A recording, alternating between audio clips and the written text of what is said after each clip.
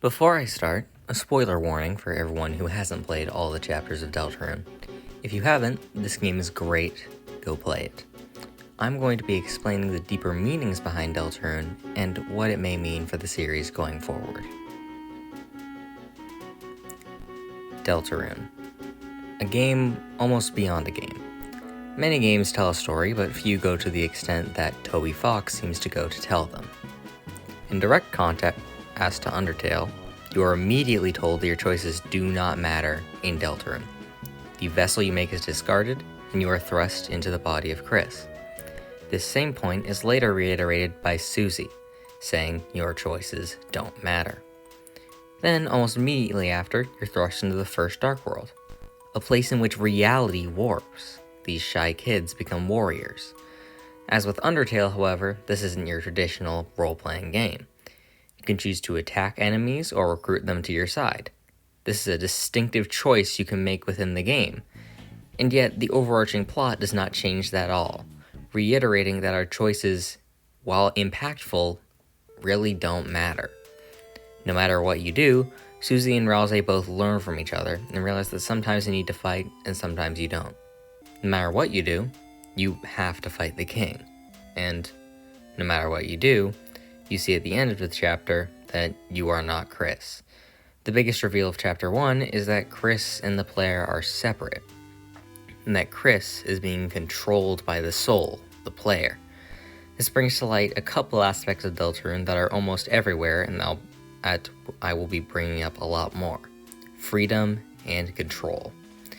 You have the freedom to take whatever actions you want, but it all ends up in the same place, and you are controlling Chris, whether intentionally or not.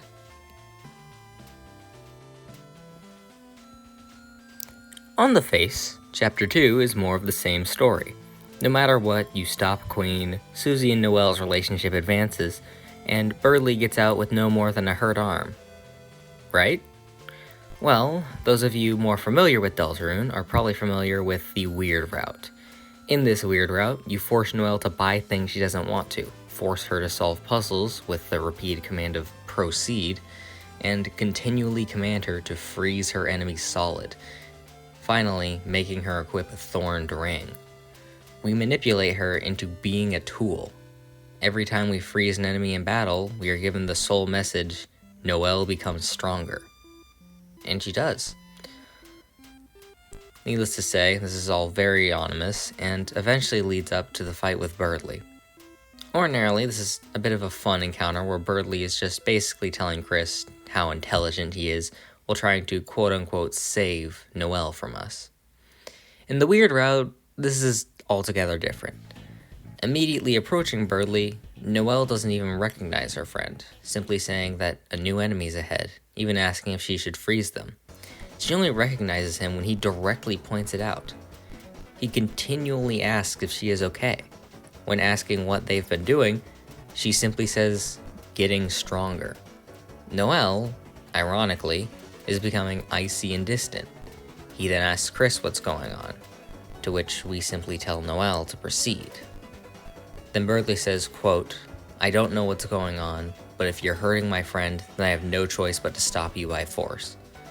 It's at this point that Noelle begins to be concerned, outright telling Birdley to run. She knows what happens to enemies that she and Chris fight. The entire mood of the battle has changed. Rather than an annoying obstacle, Birdley has become this worried kid trying to save his friend from our manipulation. Then, the central point of the weird route, the battle itself.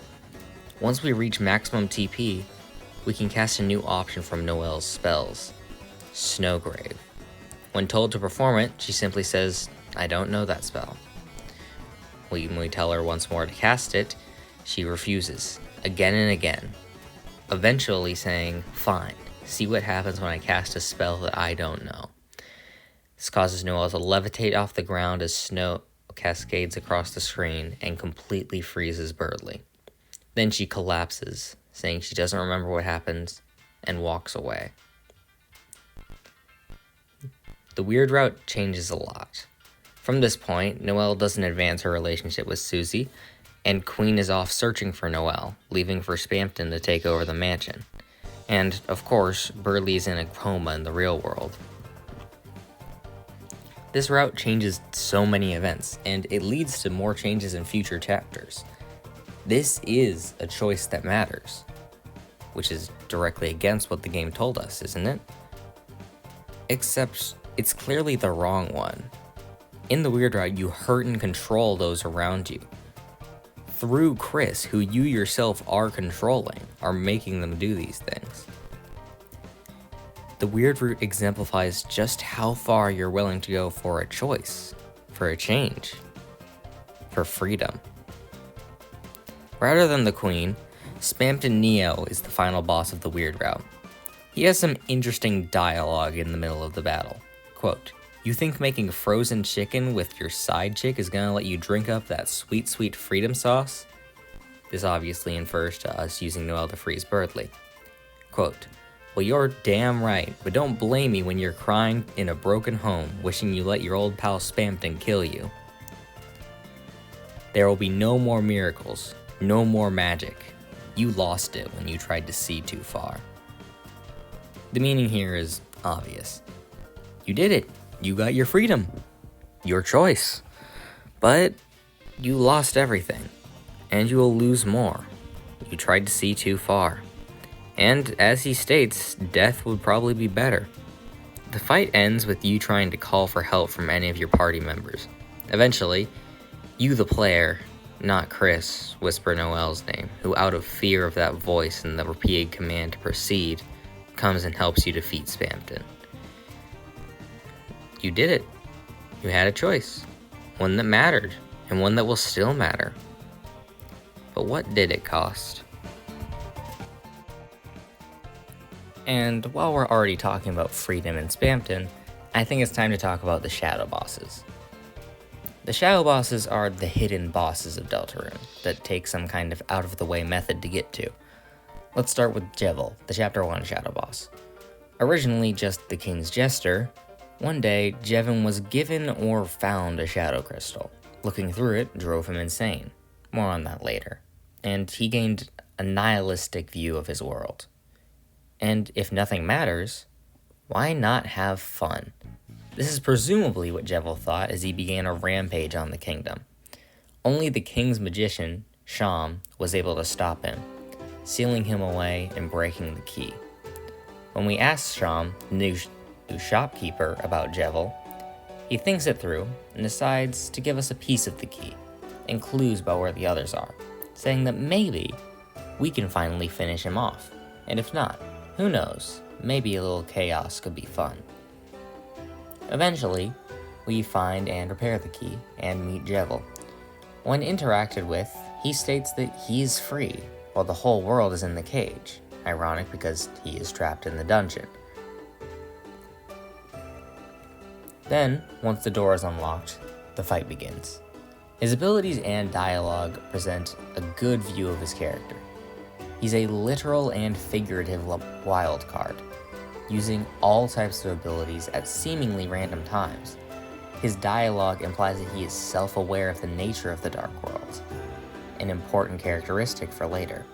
Eventually, by one way or another, he is defeated, turning into the Devil's Knife or Devil's Tail as an item upon defeat, depending on the method used. And finally, we receive a Shadow Crystal. As previously mentioned, Spampton is Chapter 2 Shadow Boss. He was an unsuccessful salesman, but one day, after receiving a mysterious phone call, his products began to skyrocket. His name was well known. He was living well, and he even had an apartment in the Queen's mansion. Spampton was finally a big shot. But as we learned, his friends the Addisons abandoned him as he grew boastful and greedy. Then suddenly, everything dropped. He lost money. He lost his customers. Then one day, frustrated and alone, he ventured into the basement of the Queen's mansion, eventually finding a Metaton Neo body and a shadow crystal. The crystal drove him insane, still more on that later, and he became obsessed with the idea that he was a puppet on strings, without any control of his life. We the player meet and help him by buying the key to the Queen's basement, retrieving a disc from the Mettaton body, uploading Spamton onto it, and putting it back. This turns it into Spamton Neo. His goal. Surely he can break from his strings now, but he realizes he's still a puppet. In fact, his strings are now visible. Then he realizes what he needs. He doesn't have determination. He needs a human soul. And the only human in the Dark Worlds is right in front of him. This leads to the fight. His dialogue is almost to be expected from his eccentric character, but personally I think the real lore drop comes from the battle text. Quote, Spamton turns to the audience and laughs. Spamton appeals to the audience with a festive jig. Spamton begs the audience to stop taking the furniture out of his room. Spamton begs to the audience. Spamton prays to the audience. There is no audience. The stage lights are shattered. This could relate to his idea of being a puppet, or more likely, could relate to Chapter 3 and his history with Tenna. I will explore that probably another time. Then, eventually, either by attacking or by literally snapping his strings, we defeat him. After the fight, he has what I feel are some topical words to say. It seems, after all, that I couldn't be anything more than a simple puppet. But you three, you are strong.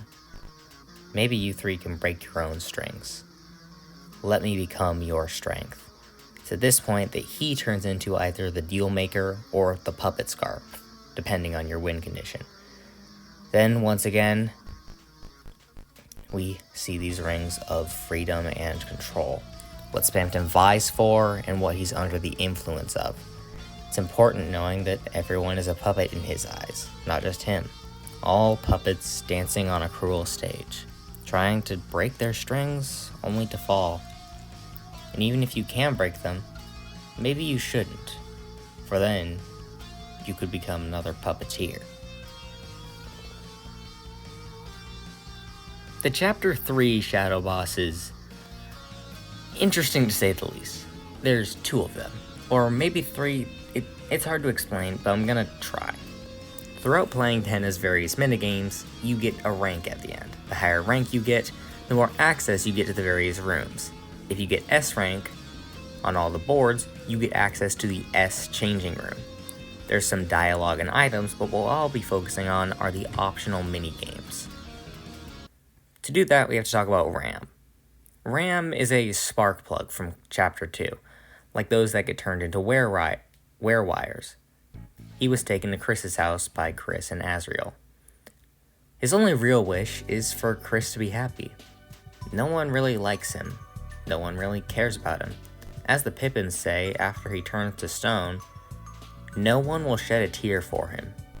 Inside, he was probably stone already. But the important thing is that he set up some games for Chris. They're like tennis boards, but in his own words, they're the original unchanged version. Quote, something I know you'll like. These games are disturbing to say the least. They feature Chris slashing through all the peaceful evidence of the pixelated world to level up, a meaning that we know from Undertale to mean level of violence. Then we retrieve keys for the next area. Then, after the second board, in Ram's next minigame, you meet an Ice Mage that freezes enemies that you can't defeat. Sound familiar? Then, when using the key on the final room of this dungeon, you get the following message. The ice key was used up. The ice key disappears. She was used up. Then, the Ice Mage disappears. And then finally, you were used up. Then your own disappearance. This is obviously referencing the weird root, and the idea that we are using Chris as a tool to use others as tools. Then, after escaping Tenna's Doom minigame, you can enter the S room for one last minigame. Due to the ongoing crisis, Ram is halfway turned to stone already. Quote, don't worry about me. Just go play your games, love. further in stating that he believes his only goal should be to make Chris happy. More on that later. In the third alternate minigame, we are presented with an area with no enemies, but with NPC versions of Susie and Ralsei following behind us. The only way to move forward is to kill them with the sword, which Chris flinches at. Then, we travel to a mysterious era and meet E-Ram, a character that is, to my understanding, implied to be controlled by Ram as one last hurrah. The character has some interesting dialogue prior to the fight. Quote, "Chris, oh Chris, is it fun, Chris? Playing around like this? That's why you're searching for them, are you?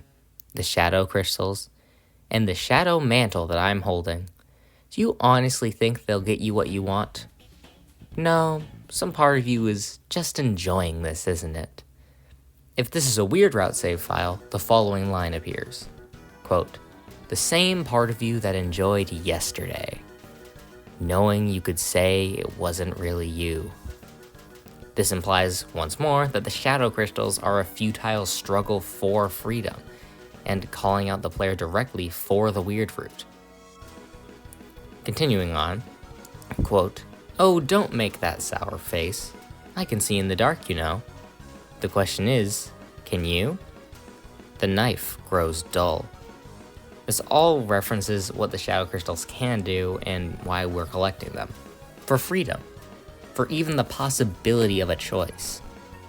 The knife grows dull is an interesting line that I may bring up at a later time though. From there, you fight E-Ram, and once he's defeated, you receive the Shadow Mantle. This is not a crystal, but it prepares you to get it later in the chapter, and me and most people online feel that Ram/E-Ram qualifies as a shadow boss.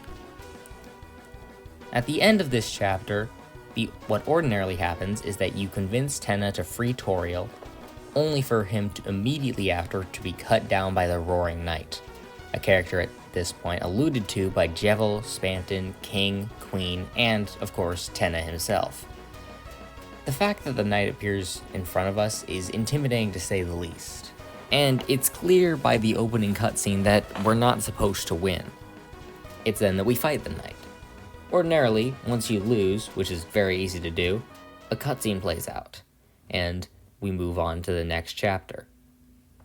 But if you have the Shadow Mantle, once you die, you're greeted by the voice that spoke to us at the start of the game, which most interpret to be W.D. Gaster. I'd talk more about him, but honestly, he deserves his own video. Quote, "Very interesting. Your loss here is all but guaranteed. If you're so determined to try again, shall we hasten?" You're then presented with the options of moving on or trying the fight again. If you have the mantle in this fight, any damage taken from the knight is severely reduced, and the fight goes from technically possible to possibly doable. If you do manage to quote-unquote beat the Roaring Knight after an incredibly difficult fight, Susie leaps forward, parrying the knight's blade, and chips off a piece of it. Thinking the knight is weakened, she drops her guard and laughs, only to be immediately cut down with the keyword swoon flashing across the screen. When Ralsei goes over to help her, he too is cut down with the same word flashing across the screen. Then, cut to still frames of the knight knighting Chris with their sword. More on that later, for flashing to their escape cutscene. When interacting with the bit of chipped off blade, you gain a weapon called the Black Shard and the third Shadow Crystal. Phew. That was a very detailed explanation compared to the other Shadow bosses, but I'm sure the next one will be nice and simple. Who's the last Shadow boss again? Ah, hell, we'll get back to him. He has his own section. Here's the important thing. Jevil, Spampton, and Gerson have one thing in common: freedom. The freedom leitmotif occurs in all of their themes, and they all have a text in their battles about the air crackling with freedom. Jevil with the world in a cage, Spamton breaking his strings, and, well, as I said, we'll get back to Gerson. But then why nothing about this from the Knight or Ram? Well, Ram is perfectly content to be a useful Darkner, trying to make Chris happy, even following that philosophy no matter what twisted things he believes make him happy. Following the Knight's command even. In the words of Markiplier, he doesn't want to be free. Meanwhile, the Knight is an almost unknown entity, but is perceived to be granting these shadow crystals to others. The Knight doesn't have a freedom leitmotif because it is trying to control those it gives the crystals to.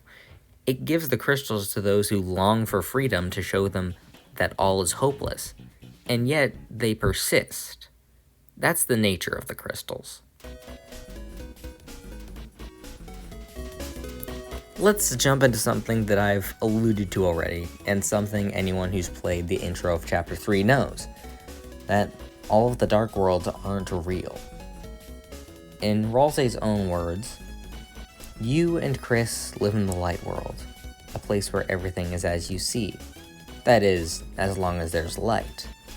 You see, when things get dark, things become more indistinct. A chair can look like a monster. A poster can look like it's moving. Your eyes can't see the truth anymore. And when the light runs out, you see nothing. Of course, your mind can't make anything out of nothing. But what if? What if it became even darker? Darker than dark. What if we could take away the light that wasn't there until we reached another side? If that were to happen, you could start to see things again, and hear them, and feel them. That is the Dark World, Susie. An alternate view on reality through the lens of shadow. In other words, an illusion. This is our first look into what the Dark Worlds actually are, and has some heavy implications about our good friend W.D. Gaster, but once again, I'll cover that another time. Only a few characters seem aware of the true nature of the Dark World, including Ralsei, Jevil, Spamton, and the Knight. Ralsei, presumably because he's connected to the purest Dark Fountain in ways that we don't know, Jevil and Spamton through the Shadow Crystals, which also allowed them to glimpse their fate, turning them mad. And the Knight, well, I'll be honest, nearly everything about the Knight is unknown to us right now. But we do know that they're aware of the process to create fountains, how to make titans, and how the Light World connects to the Dark World. A continual plot point is that Ralsei does not believe himself to be real, which he factually is not, so he doesn't matter. He spends so much time working on the castle town for Chris and Susie, but doesn't bother putting anything into his own room. He spends so much time perfecting the art of baking cake, but doesn't bother trying it for himself. He says less when he's asked how much the Ralsei Plus is worth in Katena's minigames. He routinely tells Chris and Susie not to worry about him as he doesn't see himself being worthy of being worried about. He tries to smile through the horrors, just to keep us from worrying. It's only through our actions, finding furniture for his room and telling him he's our friend, and that nothing can change that he starts to gain self-confidence. Darkners, whether aware or not, are all just regular items.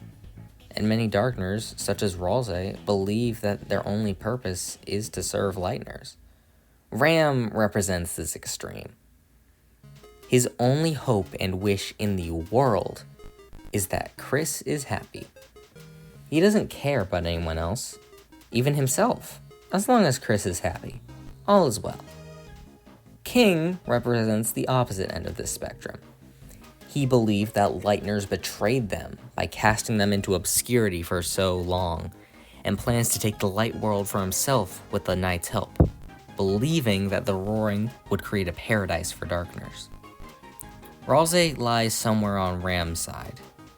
He has his own thoughts, his own feelings, his own opinions, but overall believes himself to be useless, a tool, and not real, and not something to matter. Which makes this all the more interesting when I see that he knows a lot more than he's letting on. About Chris's soul, about the dark world itself, and most importantly, about the prophecy. This is the cause of Susie's anger in chapter 4 with Ralsei, when we see that he knew that Gerson could not be revived in Susie's dark world. Susie screams, why doesn't Ralsei just tell them something if he knows something? This causes Ralsei to break down in tears, crying that he only tries to keep people safe, that if he knows too much, and he didn't ask to know this much about anything, and how his knowledge is a curse, and how it's mostly a curse that he knows how everything will end, how the prophecy and consensually the story will end. Ralsei believes himself a slave to fate, and whatever tragedy lies on the last panel of the prophecy is inevitable. He tries to prevent us from seeing it throughout all of chapter 4, just to make us not worry that little bit more. At the end of chapter 4, after Susie reads the panel and breaks it, Ralsei cries that all hope is lost and still tries to smile. We finally tell him that it's okay to be sad. This is the point that Ralsei truly starts to believe in himself, in his friends, and stops to believe that all hope is lost. Before we dive into the prophecy, I'd like to take a moment to talk about the weird route stuff in chapter 4. Ordinarily, after church, Susie asks Noelle if we can go over to her house to study in order to find a code to the bunker that we believe Noelle's mom, Carol, has. In the weird route, Noelle invites us over herself. But as we later see, it's to talk to Chris. During the Holiday Manor scene, Chris throws us the soul, into a gift box. Ordinarily, we'd escape and end up in the basement through the vents. But in the weird route, we can go to Noelle's room and hear her conversation with Chris. I am going to let this next scene speak for himself, as it holds a lot of value.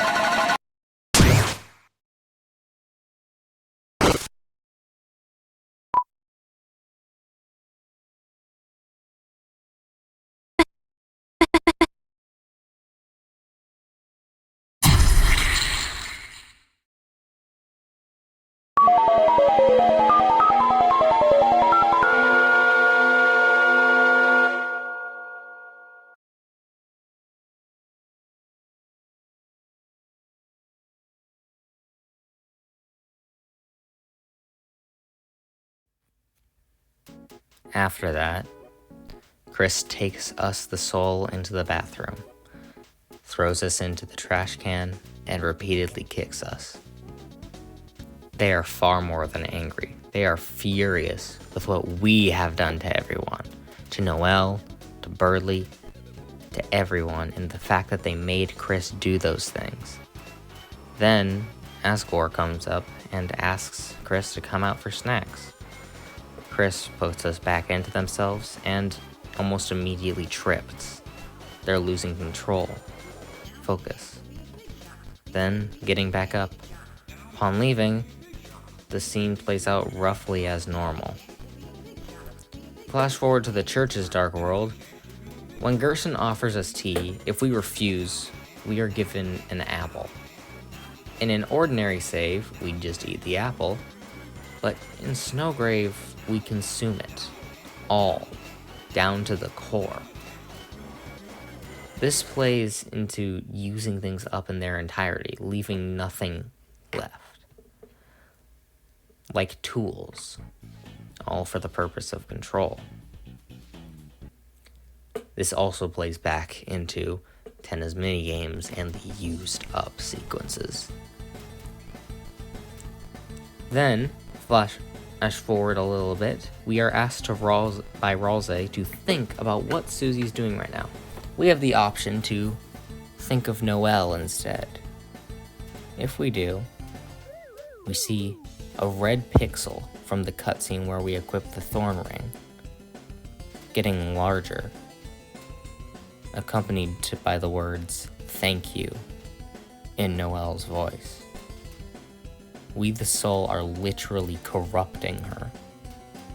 Then, of course, instead of the ominous "you promised" phone call at the end of the chapter, it's a regular phone call from Carol, who says Noelle is looking forward to seeing Chris at the festival tomorrow, insinuating Noelle's new dependency on Chris. All of this has merit, as it all relates to the idea that we are achieving freedom by controlling and using others, and how it's not worth it. Okay, fine. Let's talk about the prophecy. It is the prediction of everything that will happen in the Legend of Deltarune, pointing out past events and future ones. It is accurate to the point of saying Lancer's nickname for Ralsei, Toothpaste Boy. Ralsei admits that his initial prophecy that he gave Chris and Susie was a paraphrasing of this, as he did not want to overwhelm them, or more accurately, know all its contents.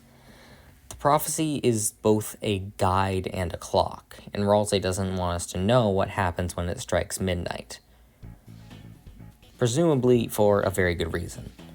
We see us, the heroes, how the knight will fight the heroes, and details about past events, such as the Queen's chariot cannot be stopped, and the Lord of Screens carved red by blade, referring to the Queen's indestructible mech and the knight slashing Tenna. We also see, quote, the Flower Man, trapped in Asylum.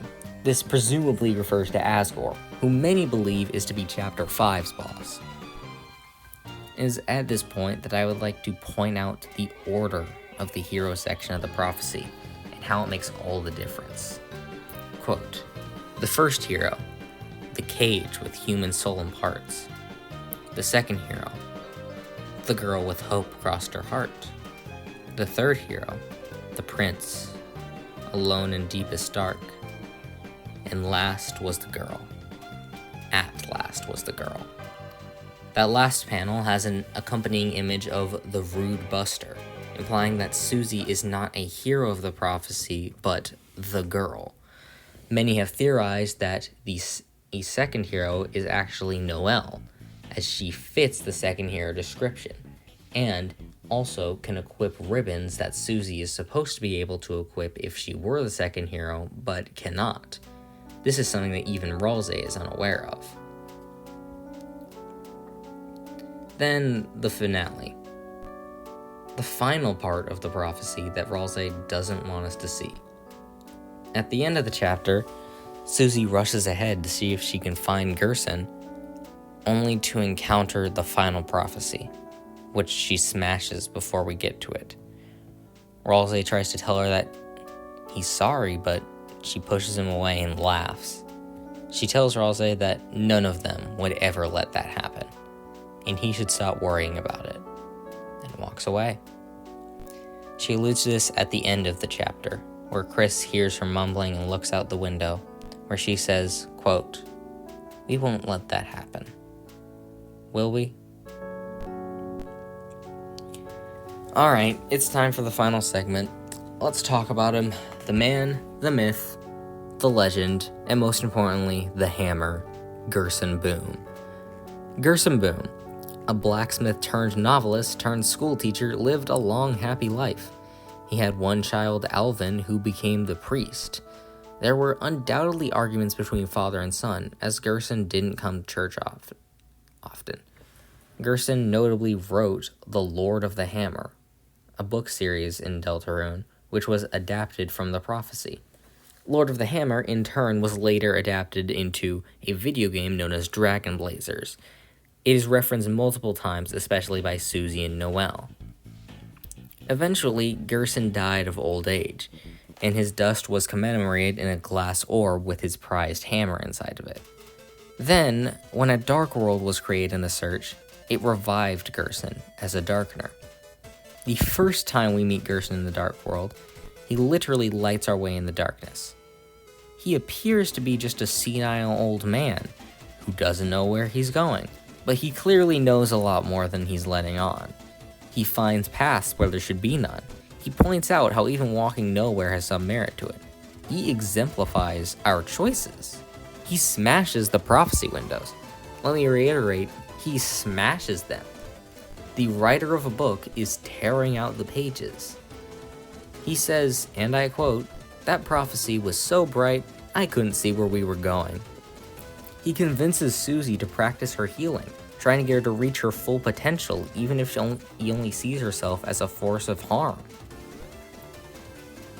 He is the writer of a book based on the prophecy. In theory, he would be a sign of further hopelessness and how fate is inevitable. But no, he is a sign of defying fate.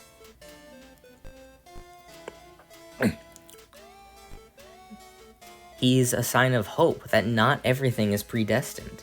Gerson represents a new choice and the ability to forge your own path. This is something entirely new. Even the weird route, with all of its illusions, follows the prophecy to some merit. The phrase "love finds its way to the girl" applies either if Noelle and Susie fall in love, or if she becomes more strong and violent. And yet, what Gerson is saying is possible doesn't follow anything to do with the prophecy. Gerson's battle with Susie is further evidence that fate can be defied. He outright states that he sees potential in her, and that she holds the white pen, known as hope. Gerson is clearly not a believer in the prophecy, and states that you shouldn't have to follow it. And look who he chooses to train. Susie, someone who he believes has the power to change fate. He believes that, as with the story from the prophecy, to the Lord of the Hammer, to Dragon Blazers, he should pass on the torch. Stories change after all, and people will always be interpreted in different ways.